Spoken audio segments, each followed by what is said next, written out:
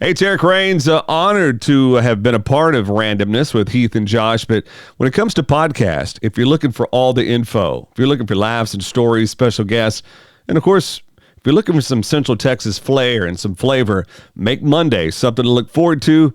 Turn in with my friends right here, Randomness with Heath and Josh. This episode is brought to you by... Looking for the coolest treats in Central Texas? Head over to Bee's Treats, a proud veteran-owned food truck serving up creamy frozen yogurt, smooth acai bowls, and delicious fresh coffee. Planning a wedding, family reunion, corporate event, school function, or community market? Let Bee's Treats bring the flavor and fun to your special event. And here's something you won't find anywhere else. Bee's Treats is the only food truck with a built-in truck tracker on our website. Just visit eatbeestreats.com and see exactly where we're serving next. That's Eat Bee's Treats, EATBS Treats.com. Proudly serving Temple, Belton, and surrounding communities.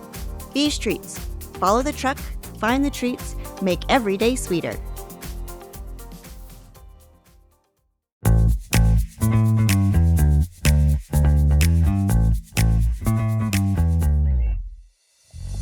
They'll talk about anything and to anyone. They're straight out of the streets of Temple, Texas. It's Randomness with Heath and Josh.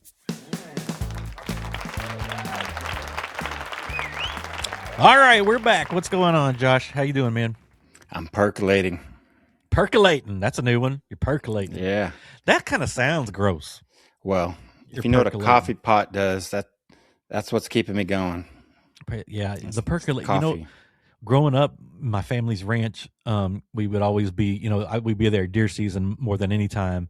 And I had to sleep out in the big, like we called it the big room, which is like the living room. You've been there. You remember the room and I would have to sleep out there. And my grandpa would get up at like 4:30 in the morning and turn on that damn percolator, dude. It was so loud. I'm like, can we just get a normal freaking coffee pot?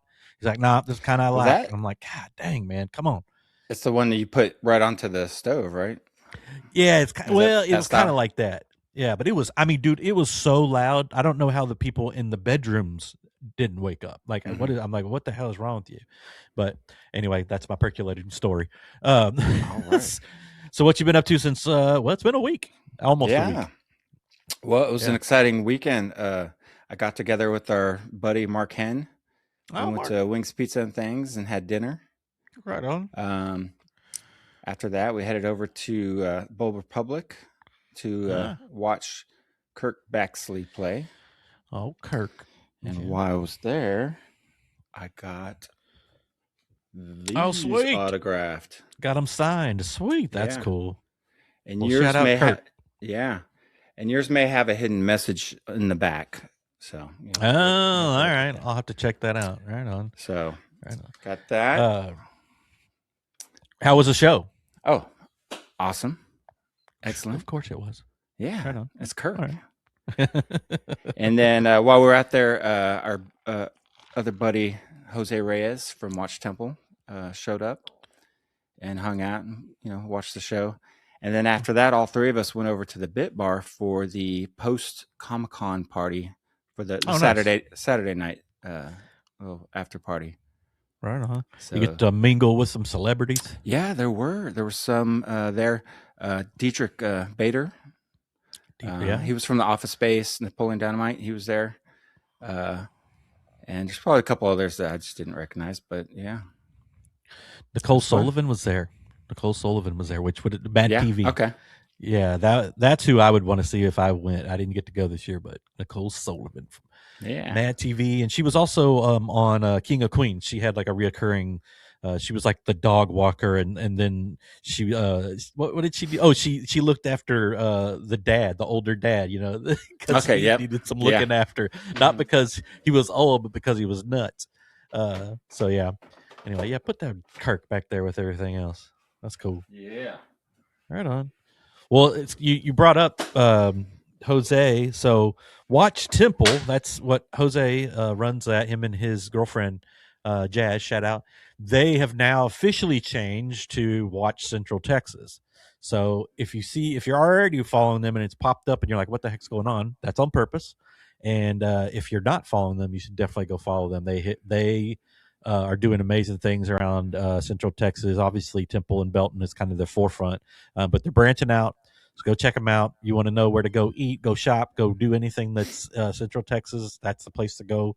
You can go to their Facebook, and a lot of people don't know this. You can go to theirs and then go to the top and click on the search part, and actually, like if you're looking for something to eat, you can put in taco or put in whatever, and it'll take you to whatever they went to last. And they said taco, so you can find a good place to go get taco. So a lot of people are like, "Oh, I have to scroll down." I'm like, no, you can actually go in there and search that and find it really easy. Yeah. So there's that.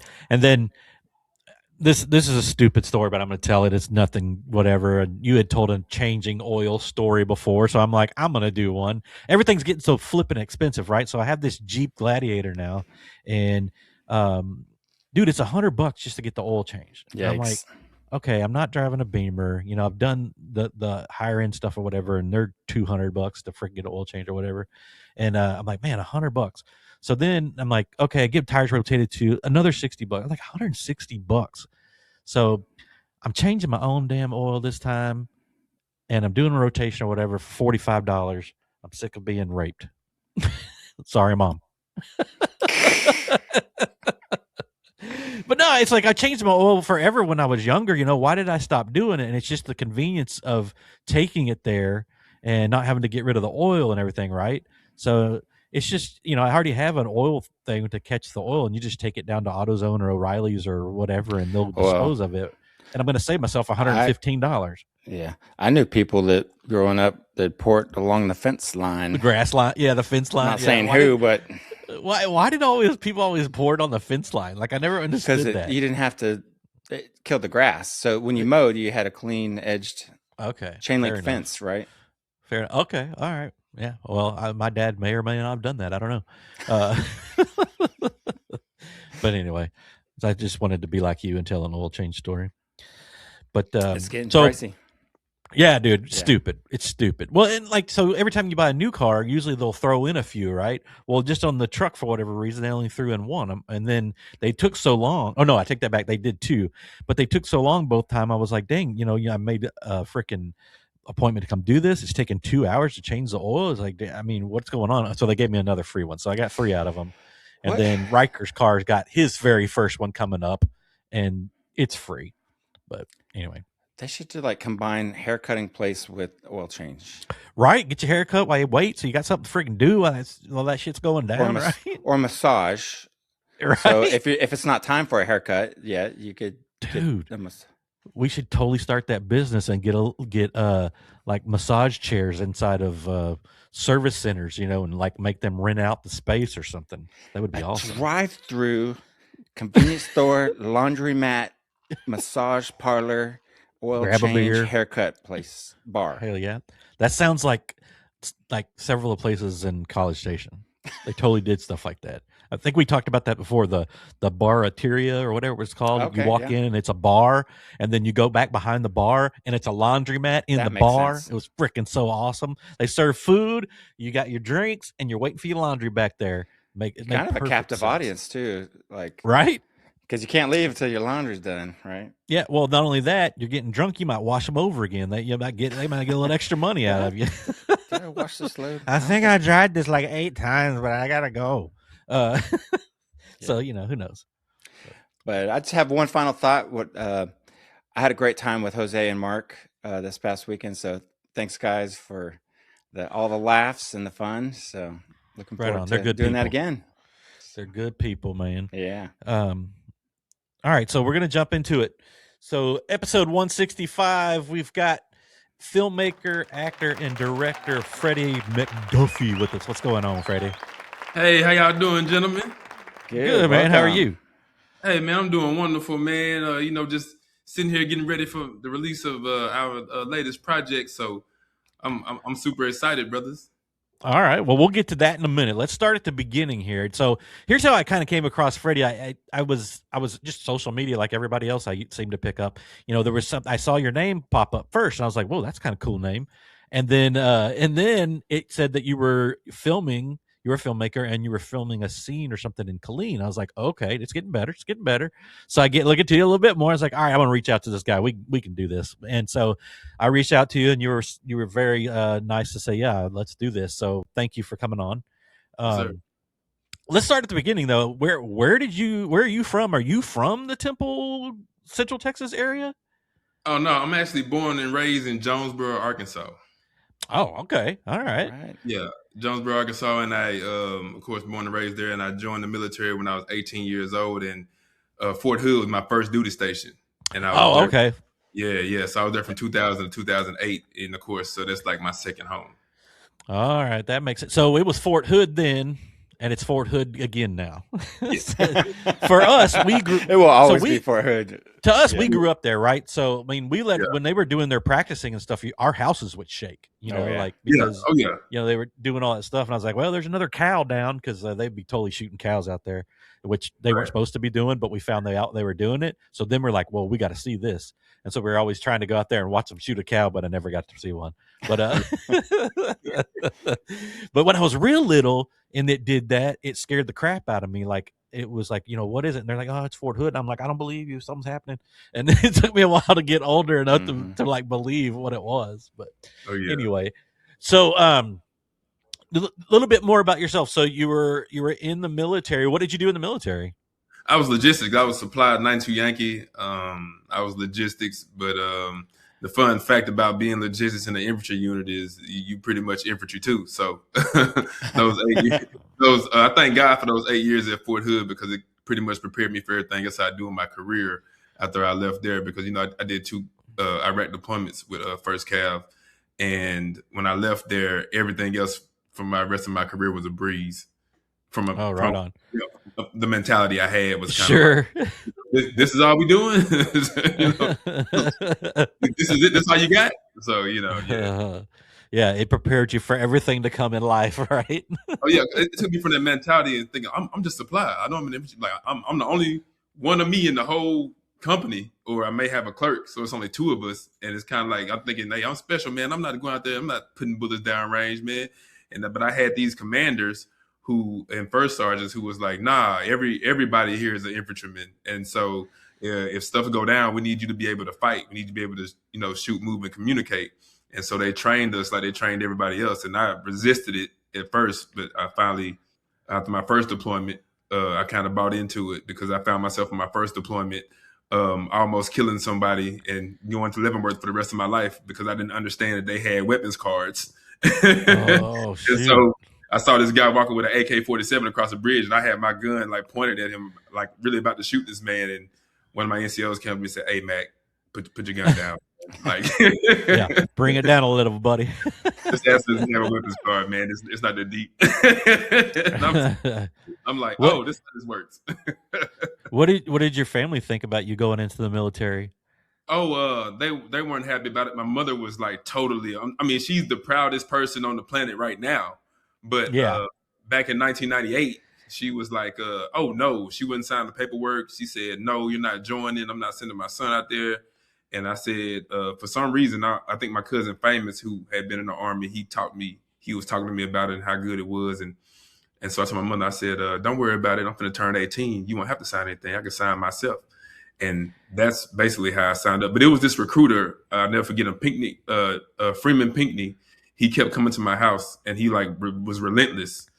He would not stop until he talked to me. And I think that was God sending him to my house, because he just kept coming by. And I was like, why does dude I kept, giving me excuses, have my mama give me excuses. I'm not here or whatever. I'm sick.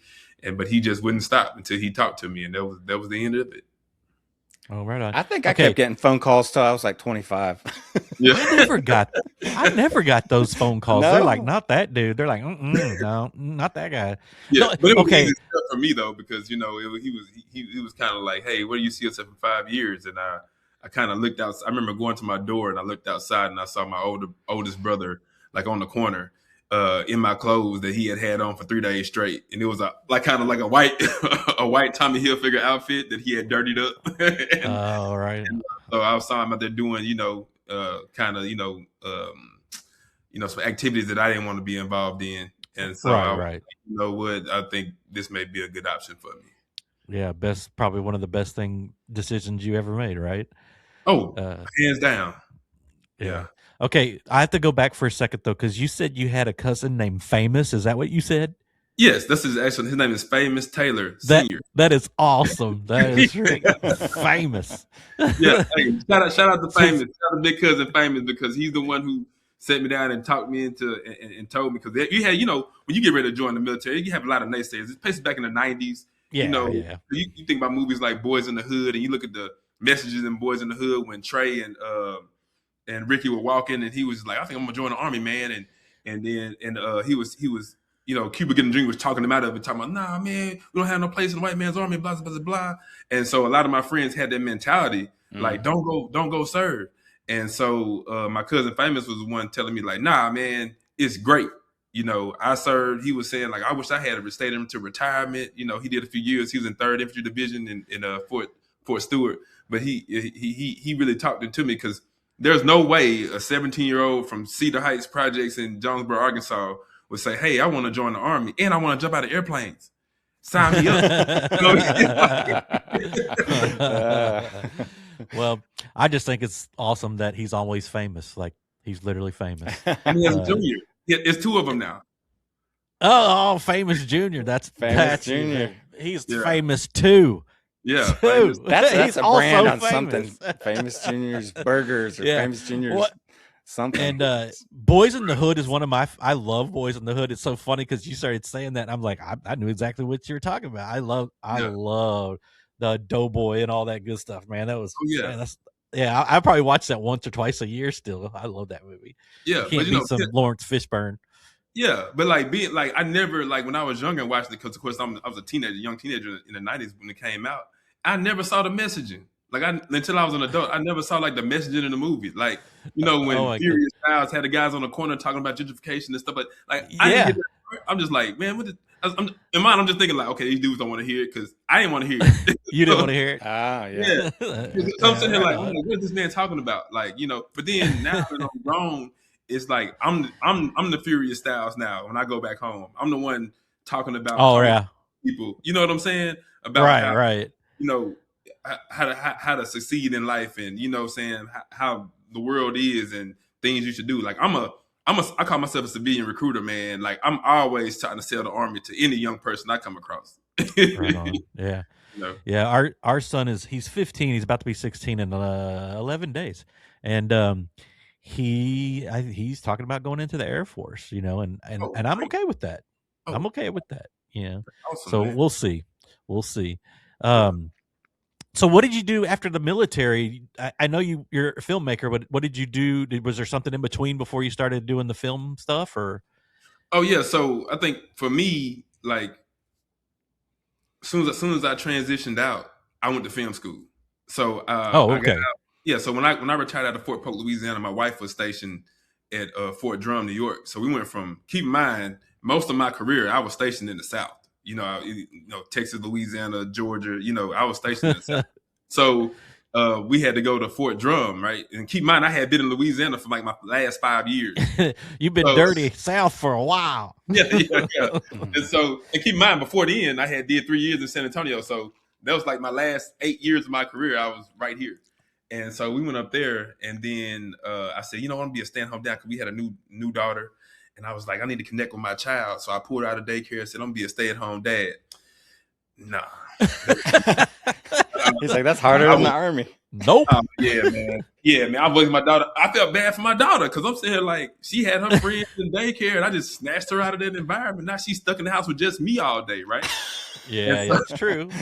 So I started feeling sorry for her, and I was like, we got to put her back in there. But I had to find my sense of purpose. I kind of like lost my sense of purpose, you know what I'm saying? Because I was a first time right before I got out. And so so basically from 2001, I became a corporal all the way up to 2020. So I was used to I was in charge of somebody. I had a level of responsibility. Right. And so when I changed of responsibility and got in my first sergeant position in 2020, I got moved over to the public affairs office to, like, kind of by my time when I was, going through my medical retirement, my medical board. And so that loss of sense of purpose and sense of responsibility kind of weighed on me. I didn't know it was going to hit me that hard. but I ended up going to 30 days of inpatient rehab in San Antonio in 2020 because I got to my lowest point. You know what I'm saying? Started having suicidal ideations. So I checked myself into the substance use disorder center. They call it SUDC. And I went and told him, I said, hey, I need help, man. I'm drinking every day. Because it was a perfect storm. I had got out of my first time position, so I lost all the responsibility. Both my daughters had graduated high school, and they moved from Fort Polk back to Killeen. And I was at home by myself. And then the new position I got put in, I was only working 2 hours a day. So I go in at 9:30. By the time I'm at home by like 11:45, by 1:30, I'm drunk already. You know what I mean? My wife was just my girlfriend in, and the daughter, of course, they was at Fort Drum. So like I'm all alone, you know. So that really had me at a real low point. And it was COVID, you know, so it was even worse. Yeah, right. Yeah. So, but in that 30 days, I, found myself and got a lot of self-awareness and figured out what was going on with me, and I've been great ever since. But I said all that to say, like right after that, I was in public affairs, and I went ahead and medically retired, and we moved up there. So during that little few months, I still tried to find my identity and find out who I was and what I wanted to do. I knew I wanted to go to LA Film School because I seen it, and I had a friend, retired Sergeant Major Renee Hamilton McNeely. Shout out to her, because she told me, she said, whatever you want to do afterwards, start while you're still in. And I didn't take that advice, but come to find out, I had been doing this the whole time I was in. Like, I have literally been a filmmaker the whole time I was in the service. I just didn't know. I used to embarrass my camcorder, like doing like. Oh, you're doing it for fun. Yeah, but I was documentary filmmaking. You know what I mean? Yeah. So, yeah. So once I figured out that, I gained weight, I kind of fell off. My blood pressure went up, cholesterol went up. I just kind of I stopped going to the gym. Finally got on some ketamine IV treatments, and so I did like a few sessions of that, and that got my mind right back. And I got active. I applied for film school. Bam! I took off ever since. Right on. So you went to LA Film School in LA, or is there one in New York that I don't know about? Oh no, they have an online program. Oh, okay, fair enough. yeah. So they have an online bachelor's program, and what's so great about it? You got to remember, we're old, right? We're old. Oh yeah.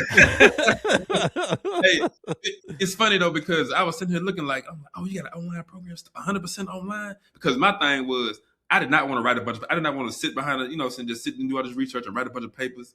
And once I saw their program was like hands-on, you do projects, you get to actually film, and then they send you this $14,000 tech kit where they send you the camera, the MacBook I'm talking to y'all right now. They sent me the MacBook, the iPad, the hard drives, the lighting equipment, the audio. They send you everything. Wow. And so you get that. You have to make films. I had to make 3 films before I graduated. You know what I mean? So. Sweet. It was awesome. That's cool. I didn't know that's how that worked. Look at me learning. So, what you went to school, you get out or whatever. What was one of the first things you started to do once you got out as far as filmmaking goes? Just making films. Because that's one of the things I realized is, I met a bunch of people in there, and it was funny because it's a group of us that met and we stayed in contact. And as soon as I got out, let me see. Right after I graduated in last August. We went this past March. We all went to Montana, and we did a film sprint. And we made 7 short films in 7 days. Wow, that's awesome. And it was our first time meeting in person. Oh well, that makes it even more fun and like spontaneous on what you're doing and everything. Oh yeah, we made 1 film a day. It was funny. I just watched all of them because they're still in the editing phase. So I kind of just watched all of them today, just looking at the work. I directed 5 of them, and I was the B cam operator on all 7 of them. So it was really fun. It's really fun to watch it. Watch it come to fruition. Right. What kind of films were y'all making? We had an array. So what happened was we all submitted like different types of films, right? And so we have a horror, we have a psychological thriller. We have we have a paranormal one. We have a psychological thriller / slasher movie. We have a comedy. We have some drama ones. We have a couple of them. We have one that touches on veteran suicide and like Gold Star family members. We have another one It touches on veterans after they get out the military and the struggle to find work and kind of what I just explained to y'all, like the crisis to find your next mission. And what else we had? And then we had one about, it was this pop star who had a breakdown and had to go out into nature and get right, kind of like with God. So it was kind of supernatural. So it was, we had like a nice little mixture of different films. And we shot them all. We shot in Missoula, Montana, in a beautiful, beautiful place. So it was a lot of fun. Mm-hmm. Each one of those movies, like how long were they? Yeah, so we had a limit of like 5 to 7 page script. So they're all kind of like in the 8.5 minute to 10 minute time frame. So you can really sit down and watch all of them in an hour and a half. You know what I'm saying? Okay. All right. Right on. That's cool. No, that's really cool. Yeah. So what primarily when you started doing more films after the fact, what kind of films were you making? A little bit of everything, or do you have like a certain genre that you like to stick with, or? Yeah, I like comedy. So after that, I came right back after that. And that's when I made Where He At Though. And also, I'm sorry. I'm more of I think God has called me to make faith-based films. I think that's really my calling. And if there's some comedy in there, there's some comedy in there. But I think really I have like 10 scripts for faith-based films, like right now, like loaded. They can be stage plays and verticals or short films or feature films. So it's the concept. But I had this on my head for about 7 years now to make faith-based films. But I just did the comedy, and then right after that, 2 days after I shot the comedy in Killeen, I came back here in Houston and we shot The Study, which is a modern day parable about the 10 virgins and, Jesus returning and, the wise ones and the foolish ones. And it was a really nice film. It's like 20 minutes long, but all take place in one room, but it's powerful. It's a great story. So like a single shot type thing. It's all one shot in the room. Yeah. So I had 3 different camera angles, but yeah, so it's basically those 3 little, it's one room. I like ones like that. Yeah. Those are cool. Since you brought it up, can you tell us about the film that you mentioned that y'all did part in Killeen, or? Oh yeah, we did the whole thing in Killeen. Let me tell you, it's called Where He At Though. It's a comedy. It's written by Fallon Rufus. It's starring Fallon Rufus. She's also an associate producer on it. Now Fallon is my little cousin, and so we grew up together in Arkansas, and we both, of course, end up moving to Texas. And she's super talented. I always say, like, when she was a little kid, I didn't think she was gonna make it. You know what I'm saying? Because you have some kids are bad. You know what I'm saying? Well, they're perceived to be bad, but it's kind of like if you put a creative genius and you keep them in a house all day, what do you think? Yeah. You know what I mean? So she needs somewhere to put her creative energy at. Right. So it turns out she's this creative genius. She's super talented, and she just didn't have anywhere to, do that at. But now that she's grown and she's a natural. She's a natural when she gets on that in front of the camera. And she wrote this film because she actually starred in one of the films called Witness Security that we did in Montana. So I flew her up to Montana. She starred in that film as well. And then we came back and I said, oh, we got something here. Let's just make another film. Why not? Because that's what it showed me. And that's one thing I think it's something we're going to get to later, but about filmmaking is just, you don't have to wait for everything to be perfect, man. Just shoot it, Right. Mistakes are going to be made, but we'll do it in post. Oh, hey, it's funny you said that because I'm struggling right now in post. Well, what I was going to say too is when you're talking about your films being comedy and faith driven, it's kind of funny. I'm comedy, like I love it. I write comedy and everything, and Josh is very faith driven. So if you need a couple of goofy 50-year-old men in a movie, let us know. Yeah, that's awesome, man. That's awesome. Yeah. Play some parts. But do it in post, man. Do it in post. You can definitely do that. Hey, man, I'll do it in a second. I love acting a fool in front of other people. So, man, whenever you're ready, I write stuff, the whole deal. So I'm ready when y'all are. Awesome. Anyway, I didn't mean to get us off track there, but just the do it in post is. I always say that sometimes about a lot of things, to be honest with you, just in life. Yeah, I hate that phrase, man. It's, I brought him down. Hey, you hit a nerve.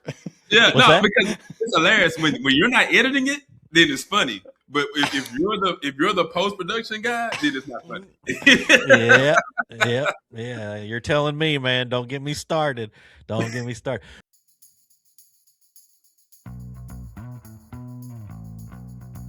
Ready to secure your financial future? Whether retirement is near or far, it's time to take control. Talk to W. Marcus Hinn, a certified financial planner professional specializing in retirement investing and planning. Mark's goal is to help clients find peace of mind by creating customized strategies to help grow your wealth and protect investments. He'll tailor a plan to fit your unique goals, lifestyle, and dreams. Start today.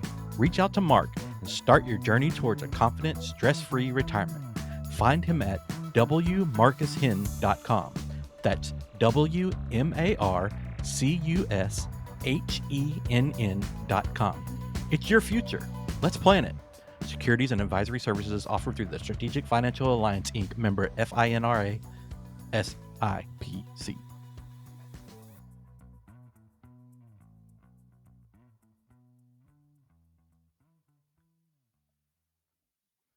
Well, okay. What's one of the hardest things about producing an independent film? Like, or most people say, I've asked this question, it's usually the money, but Yeah.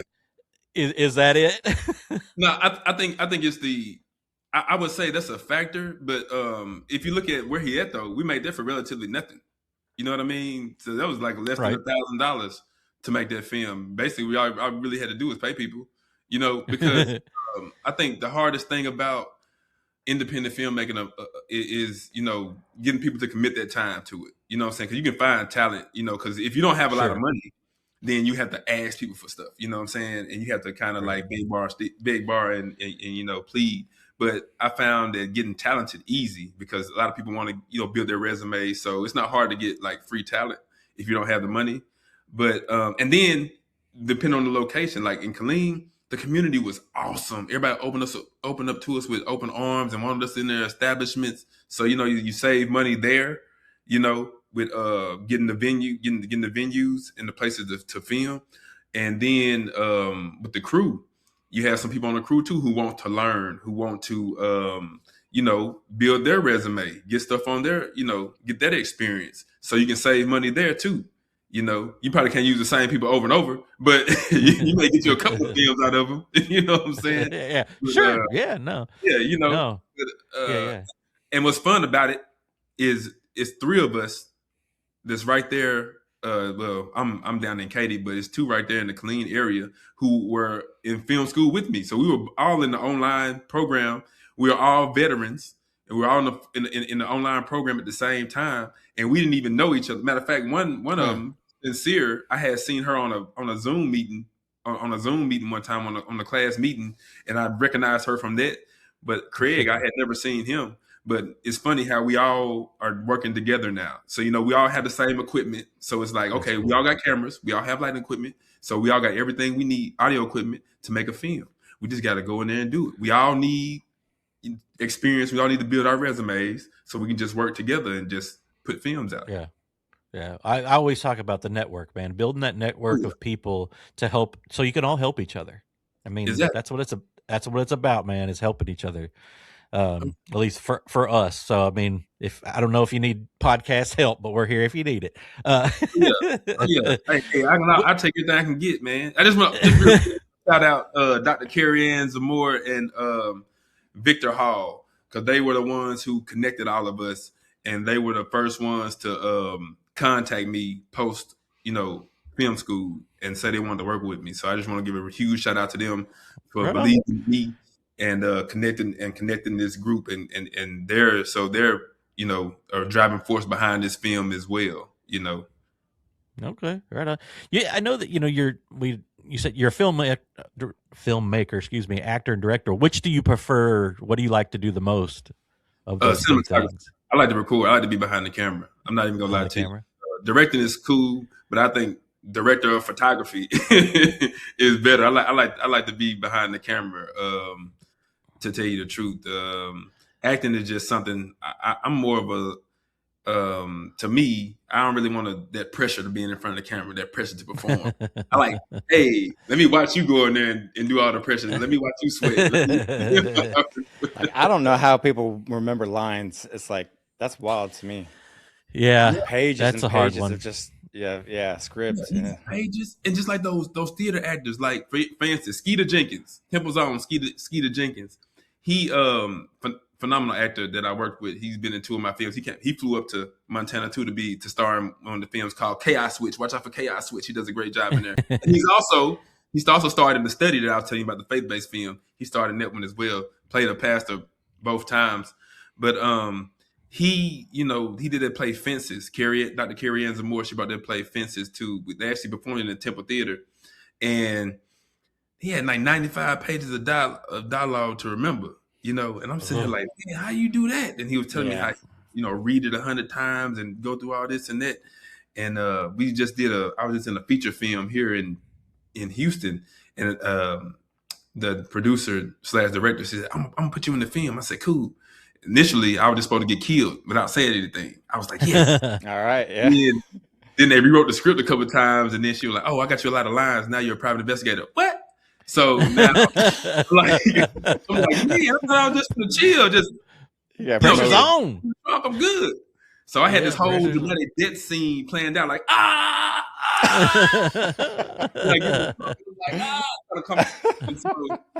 never got to do any of that. And I actually had act and had lines in 3 scenes, and so like you said, when you talk about memorize it and just to be transparent.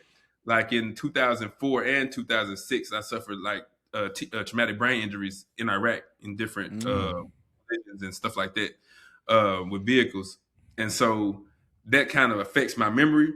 And so I was telling her, like, hey, look, I'm not good with lines. And I really didn't think I could do it. But when that pressure got on, when the light and cameras came on, for some reason, something just stopped. And those lines came back to me. So I rehearsed the lines over and over and over again, but when that camera came on, it's just like something just snapped and it's a switch is flipped and those lines came out. I think it's God. I say it got to be God. That's funny. The one that always gets me and like it impresses the hell out of me is, I don't know if you're familiar with The Big Bang Theory, but what's his name? Jim Parsons, who plays Sheldon. That guy memorizes like all these huge science words and all, and he knows nothing about it, but he memorizes it, and it's amazing. And he talks real fast too, so it's like, man, how are you doing that, man? That's really nuts. But I mean, I guess that's your craft, he's been doing it forever. But anyway, well, you know what? Before we move on to, thank you for your service. I know you've talked about it many times, but thank you for your service. But and thank you for making movies too, because we love that too, right? Have you ever had to direct yourself in a scene? No, I have never had to direct myself. I really don't want to. I'm not even gonna lie to you. So I'm trying to think. I think this was. I think I actually tried to direct myself. So back in 2013, when I was in the Army, I was stationed at Fort Sam Houston. I was actually in Army Entertainment. So there was actually an Army unit called Army Entertainment Detachment. It's falls under the Family Morale, FMWR. And we did the U.S. Army Soldier Show, Operation Rising Star. We did the concert series. So we had these stages that we drive around from post to post, set up when Charlie Daniels and different acts, would come perform on military installations. Yeah. So we got to run a concert for them. Like, that was wild. I was sitting here like, I'm in the Army and I'm like on the stage with like, Charlie Daniels, Daughtry, Lecrae, like, Lieutenant Dan Band, Gary Sinise, like, we get, you back there, you seeing everything, and you run. So it was wild, and it's like, I'm on active duty, getting paid to do this. But anyway, we had to do this Total Army sponsorship training video, and it was on us, like me and some soldiers that I work with, to do it. And we had this director, and I was like, hey, I got the script, and I'm sitting here like, okay, I'm looking at the lines. I'm like, hey, we should do something else, and I'm trying to like do my own thing. And she was like, hey, you're the talent. I'm the director. Like, nah, do it this way. And I was like, nah, but this is more authentic. This is what soldiers really do. No, you're the talent. And I was so thankful for that moment, because that moment told me that I need to be the director. I need to be the director. I had zero creative control over the project. And it, you know what I'm saying? And not saying the video came out bad, but it was kind of like I knew I had creatively. I'm seeing stuff that I think could make it better. Not saying, like I said, not saying it's good or bad. I just had a different way of how I saw it. You saw it differently, yeah.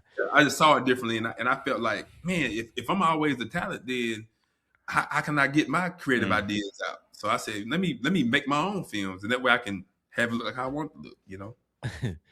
You brought up doing the military stuff, the entertainment and whatnot. I read where you also are involved in some kind of military game show host or something. Is that right?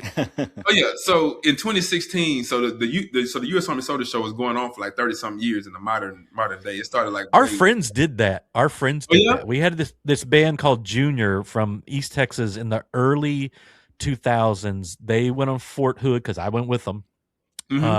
And they did a couple other ones, and they were a redneck pop punk band. They weren't like some big huge band, but I remember doing those. And let me tell you, this was after 9/11, probably 4 or 5 years or whatever it was, and I had been on Fort Hood I don't know how many times as a kid growing up. You could get on that sucker in 5 minutes. Oh no, 3 hours to get in that sucker, and it sucked. Anyway, I didn't mean to go on that tangent, but anyway, so tell us about the military game show thing. So this U.S. Army Soldier Show I was talking about, where we had this 75-minute live Broadway style production, you know, delivering the Army message through song and dance, and we collect these soldiers from all over across the world. They come to Fort Sam Houston, and we do a little audition period. We select the cast, then we spend like 8 weeks building the show, and we had like, you know, a team of technicians that built the stage and everything, and we loaded all up into 2 18-wheelers, and we go from post to post. Wow, you know, that's awesome. Yeah, we go on tour for like 6 months, right? And then, so anyway, in 2016, when we got a new chief of staff and a new MCOM commanding general, they cut the show off.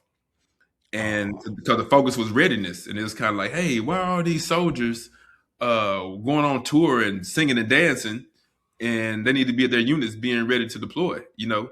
So this whole modern 34 years is over. So once that happened, all we had was the concerts left, and so we were doing concerts. So then Steve Celery, I don't know how it happened, I don't know how the whole production, all that stuff came out, but Steve Celery, shout out to Steve Celery. I love Steve Celery.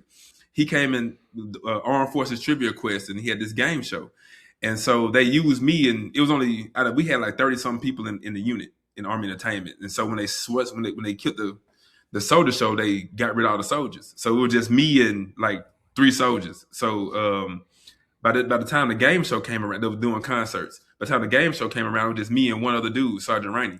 So me and Sergeant Rainey went on the road to do the concerts.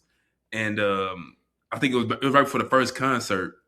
I walked up to Steve. I said, hey, man, hey, man, I'm Freddie Showbiz. I just want you to know, if you get sick or you don't feel like, you know, hosting the show, I can host it for you, you know? And he was like, oh, really? I said, yeah, man. I said, I see these suits in your wardrobe, you know, so I could throw on one of the suits. I host it, man. Just let me know. He was like, ha, you know, kind of laughed me off or whatever. And so, so doing the first, because, you know, I'm just a background dude, you know what I'm saying? Right. And so, because, you know, we build the set, we tear it down, you know, I'm just a tech, a roadie, basically. A roadie, yeah. And so during the show, he had me, they were giving out like $10,000 in prizes like every night. So he had me like, you know, handing the prize to the people and stuff like that. And then, so after the first show, he was like, hey, Freddie, man, why don't you co-host the game show with me? I was like, oh, yeah? He said, yeah, man. He said, I like how he was doing it, with, you know, how you was interacting with the crowd and how you were handling the stuff. Right. I was like, say less, brother. I got you. And so from then on, every time I go out there and I co-hosted with him, I had my microphone. I'm talking to people in the crowd and everything. So that's how I got to do it. It was just basically off me just going to him and saying, "Hey, man, I'll host." You know what I'm saying? Yeah. And we had a whole lot of fun with it, man. I still love Steve Seller to this day. He actually took me out after that. We only did that one little in 2016. We only did the game show for a few months, but after that, when I was the first sergeant at Fort Polk, he actually invited me out to his celebrity golf tournaments he had, you know, and in Las Vegas and in Greensville, South Carolina. He made me the military guest of honor, and which was nice. Yeah, super cool. I got to meet a lot of celebrities, and and a whole lot of stuff. Got to meet the mayor. It was the mayor of South Carolina, the president of BMW North America. So and then a whole host of people like Carlton from Fresh Prince of Bel-Air. Sterling Sharp, who's an awesome guy. I met a lot of people, but Sterling Sharp is the one that sticks out to me because he was the one who he actually remembered me from the first tournament when I saw him in the second tournament, and he was real. Nice. Yeah. I got a picture with him and Marcus Allen. That's like my favorite, like my claim to fame picture. You know what I'm saying? I was watching college football with Marcus Allen and Sterling Sharp, and they were talking. Cool. Yeah. And I started to interject, but I was like, hold on, what can I really add to this conversation? It was fun, man. Got to meet Larry the Cable Guy. People like some Olympic people. That's cool. It was real fun, man. But I just want to say that again. Shout out to my big brother Steve Setter, man. He always see, right. and that's a wonderful lesson of like people don't know unless you say something. So if there's something you've got your eye on, you want to do, and you want to be involved with, just say like, hey, I could see myself here. I could see myself doing that.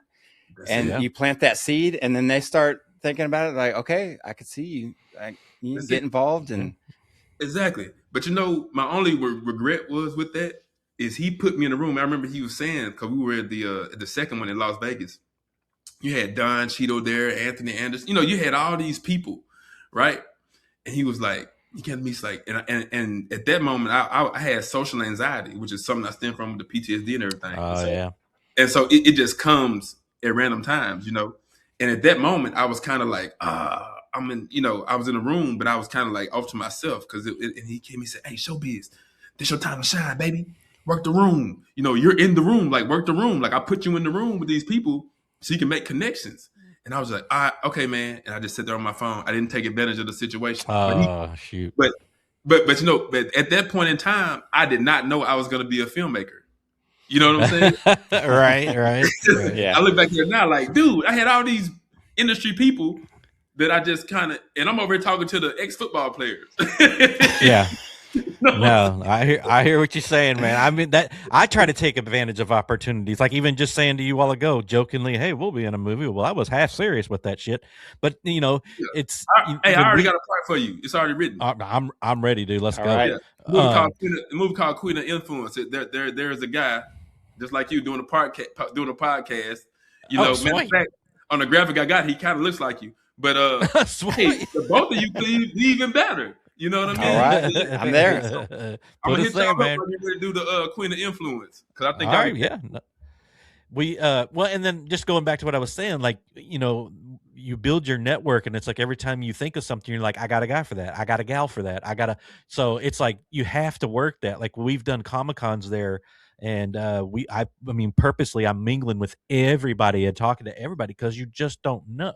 Right. What's going to be positive that come out of that. But I want to go back real quick and ask you too, how do independent filmmakers like yourself, what you not make money, but raise money to do the films? Like, where do you normally get the money from? Oh yeah, well I've never raised any money to make a film. I just asked for okay, never mind. Next question. Next question. And look, I do got an answer for that. No, wait. Freddie just like, I'm so damn charming. I don't have to do any of that, bro. None of it. They're just throwing money at him. Hey, brother, remember the time I did this for you? But no, it's for me, it's like getting around like-minded people who believe in the project. Like for me, like I know I got a degree and I could be charging, whatever. But if it's a project I believe in, I won't charge nothing. Hey, let me jump on the project. But crowdfunding. You know what I'm saying? People do GoFundMe, people do crowdfunding, angel investors. They just get people together and ask. They find executive producers. Like for instance, for Where He At though, Victor Hall is the executive producer. I was like, hey Vic, man, I ain't got no money, man. You know what I mean? But I want to make this film in 3 days at Killeen. It's going to cost a lot. We just got to feed people. And so, it was kind of like, man, no problem. I got you. And so it was one of those type of deals. But looking at now, like this feature film I was just a part of, they go through distribution. You find your distribution company And then, once y'all, you do your budget and they agree to the budget and they green light your film, they send you your money, however they do it, half up front, half later, or however they do it. Then they'll pay for your film to be made, and then they'll put it on their streaming platforms, recoup their money. Then you start getting your residuals. You know what I mean? So if you got a good enough script, you can do it that way. With that method, though, you lose some of your creative control, which is the main thing I want. And so you may end up making a movie that you don't want to make. You know what I'm saying? And so, but if your goal is to get money, then hey, by all means. But if your goal is to just get your idea on film, then you may have to go a different route or find somebody who's aligned with your vision. Right. It's funny you say that. We had a guy on, and I don't know if he wants me to say all this, but he was a filmmaker and he made a horror film, and it took him forever to do it, to get it like he wanted. And then Netflix got a hold of it and they changed it. They edited it totally different, and it's not the movie he made. And I'm like, what? So I didn't realize that they could do that, but I guess they can. Once they buy the whatever, they can do what the heck they want. Oh yeah, so, you take their money. Hey, it's a wrap. Yeah, right.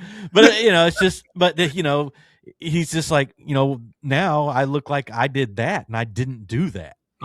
So that's the part that he was struggling with. But anyway, I don't mean to cut you off, but I just want to say something real quick to that point. I totally understand it, because that's how I felt about the films that I directed but didn't edit. You know what I mean? So like, right. The film, somebody else edited it. Right. Yeah. So it's kind of like, even though it came out good, and I think the audience is gonna like them, it's still kind of like, I would did this differently. Oh, I saw this the different way. Oh, maybe we could have did, X, Y, and Z. So it's but like I said, not saying it's bad. It's just saying it wasn't totally my vision. You know what I mean? Yeah. So, makes perfect sense. Yeah. So that's another reason why I say, if it's somebody else, and like I said, there was a project, I wasn't, those weren't my films. I was just a director. And so that's another reason why I wanted to have that creative control, in the end. How that is. I know you know how that is. I had this angle. I had this like this. This is what I meant. And then also it shows you your weaknesses, right? Like one of my weaknesses is I have a difficult time sharing and getting everybody else to see my vision. You know what I'm saying? Sharing my vision with everybody else. Because you can do it through storyboards. It's methods there. The process is there. I just suck at doing it. You know what I'm saying? Because right. I can see it like this, and I can tell people real quick before it happens. But it's kind of like just putting it into letting everybody see it. And so that's another reason why I make these short films, so I can kind of get better at strengthening my weaknesses. You know what I mean? Sure. Yeah. Right on. Okay, now I have to ask this. So you've done the military, you're doing game shows, you're doing all these films, and then you co-own a Jamaican restaurant. What's going on with that? Okay, so I always want to clarify. So I was a co-founder. So it's going back. So Latoya and Cornelius Massey, they're the owners. Chef Nicola Black. She's a Michelin star rated chef. She had 3 restaurants in San Antonio, doing a great thing. They're veterans. We met because we was in the military together, and they came with the idea. They were kind of like crowdfunding to start their first restaurant. It was the Jerk Shack. Okay. And so I made a investment in it. I put some money up, and so everybody who put money up were considered co-founders. Okay, I got you. Yeah. So I can't claim any credit for the success that it's having. You know what I mean? But right. I was there at the beginning. I gave him some money.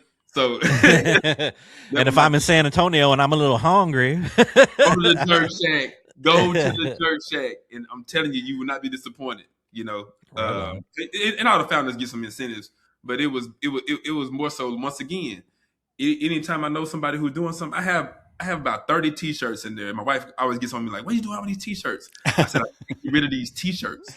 She said, "Why not?" I said, "Because each one of these T-shirts is from somebody I know who has their own brand. So it's somebody I know personally who has their own brand. So I will make a one-time purchase, and then I will promote it on social media. That's my way of supporting." Right. So now I got all these T-shirts in there. You know what I'm saying? Right. But it's also like having their business card in your closet too. You know what I'm saying? But I know, hey, if they do something for me one day, you know what I'm saying? Like, hey, if I want to go, If I need a restaurant scene, I'm in San Antonio. I'm running up on the Jerk Shack. Hey, you know, Right. let me film it here real quick. Or catering for filming, yeah. Catering, you know. Heck yeah. I'm funny you mentioned that because I'm doing I'm gonna do a documentary on a military unit, and we doing it in San Antonio. So I'm gonna ask them to cater that. But that's something in the future that's in the works. But it's gonna be awesome. It's gonna be awesome. All right on. All right, 2-part question. Favorite feature film that you just in general like that you love, and favorite independent film that you really like. Well, favorite feature film that I love is Avengers: Infinity Wars. I can watch that movie. Well, I have watched the movie about 100 times. Like even when we eating dinner and we want to throw something on, I put Infinity. Yeah, that's what you throw on. Yeah, because I'm telling you, man, Thor's interest into Wakanda, man, unmatched. That's hey, he just does something to me every time I see him come through there with Stormbreaker. And then he meet Thanos, man. It just I don't know what it. That sometimes then he goes up in the air and I don't know, man. That's funny. I'm gonna give you a real quick funny story. When I was the first song, I got this little mini version of Stormbreaker. Right, I ordered it offline. I thought it was a big one, but it was a little one. So I had a little bit. You got the Temu one. Yeah, the Temu one, right? And so I got this little Stormbreaker. I used to walk around the company the battalion footprint with I go to meetings, command and staff meetings with the colonel and everybody. I had my little Stormbreaker with me. It was like my little emotional support toy, you know. It was all because of that scene. You know what I mean? Funny. Yeah. What independent film is there a favorite that we might know or don't know? You don't know, but it's my favorite now. It's called Where He At Though. Where He At Though? Okay, second favorite that can't be yours. It can't be my second independent film. Let me think. And it's out already? Yeah, just something that you think maybe we should all go see that you really liked it, you know? That I think we should all go see. I think you should all go see Where He At Though. But, okay, fair enough. I think you should all go see that. All right. Another one I want you to go see when it comes out is called Love Anonymous. We just did it with the producer Akila Smith. That's one we just wrapped on, and I was a part of it. I learned so much on that film set. It was awesome. But make sure y'all see that when it comes out. That's going to be on streaming platforms. You'll be able to watch that when it comes out. Probably be next year, sometime next year. But check that one out. I think that's a really good one. Right on. Yeah. So those are some good films. Anything on the Vid Chronicles, you know, I do a lot of acting with Vid Chronicles here in Houston, and they put out stuff on their YouTube channel all the time. And so I'm in a few different episodes as a background actor, and I finally got me some lines. And the last time I was with them, I got me a speaking part. So look out for, because you know, if y'all want to go follow Vid Chronicles on YouTube, and so you know, check that out. Okay, you may see me in a few episodes. Well, since you brought that up, coming to the close here or whatever, where can we go to see everything Freddie Showbiz McDuffy? Oh yeah, well, you can go to my YouTube channel at Freddie Showbiz 3. That's my YouTube channel, or you can just put it in K5 Productions. And I also have a website. Why don't I have my website? Because I had these questions before. Let me see. Hey man, you're a busy guy. I get it. You can't remember it all. Charge it to my head, man. I do have a website. Damn, there it is. Nope, that's fantasy football. Hold on. Hey, so we'll fix this in post production. Yeah. And I also just retired from fantasy football too because I can't win. I even tried cheating where I was a commissioner and I still lost. Oh, man, it takes too much time, man, and it's so stressful. It's so stressful. That's why I don't do it. I'm telling you. Yeah, but I do have my own website, k5productions.wixsite.com. You can check you can check out my stuff there as well. I'm updating it. I got some new projects I got to put on there, but that has a link. It's actually a link to my YouTube page, which is going to take you right to the YouTube page. And all my stuff. Like I got some movies on there. I got some a little web series I did called Delusional with some comedians that's super funny on there. And so it's some good stuff on there. Right on. One question I forgot to ask you before we let you go. Mm-hmm. If you could work with any actor or actress, who would it be? Michael B. Jordan. Oh, fair enough. All right, and I said because I have a movie or a could be a movie, could be a series that I want to do called Be All You Can Be, and I think he'd be the perfect person to play the lead character. And so I already have it I already have it in my head. You know what I'm saying? Okay, now I have to ask you this now then. That last movie that what was the one that just won all the awards it was in, and it was back in like the dude, okay, I don't mean to hit, I'm not going to bash the movie. I loved the movie until it became a vampire movie. I was like, because I love history. Like I love history stuff, and I was like, this is amazing. Like it was shot amazingly, and I thought it was cool or whatever. And then I was like, oh, come on, no. And then I had to go back and start it over with my mentality that it was going to be that kind of movie, and then I liked it.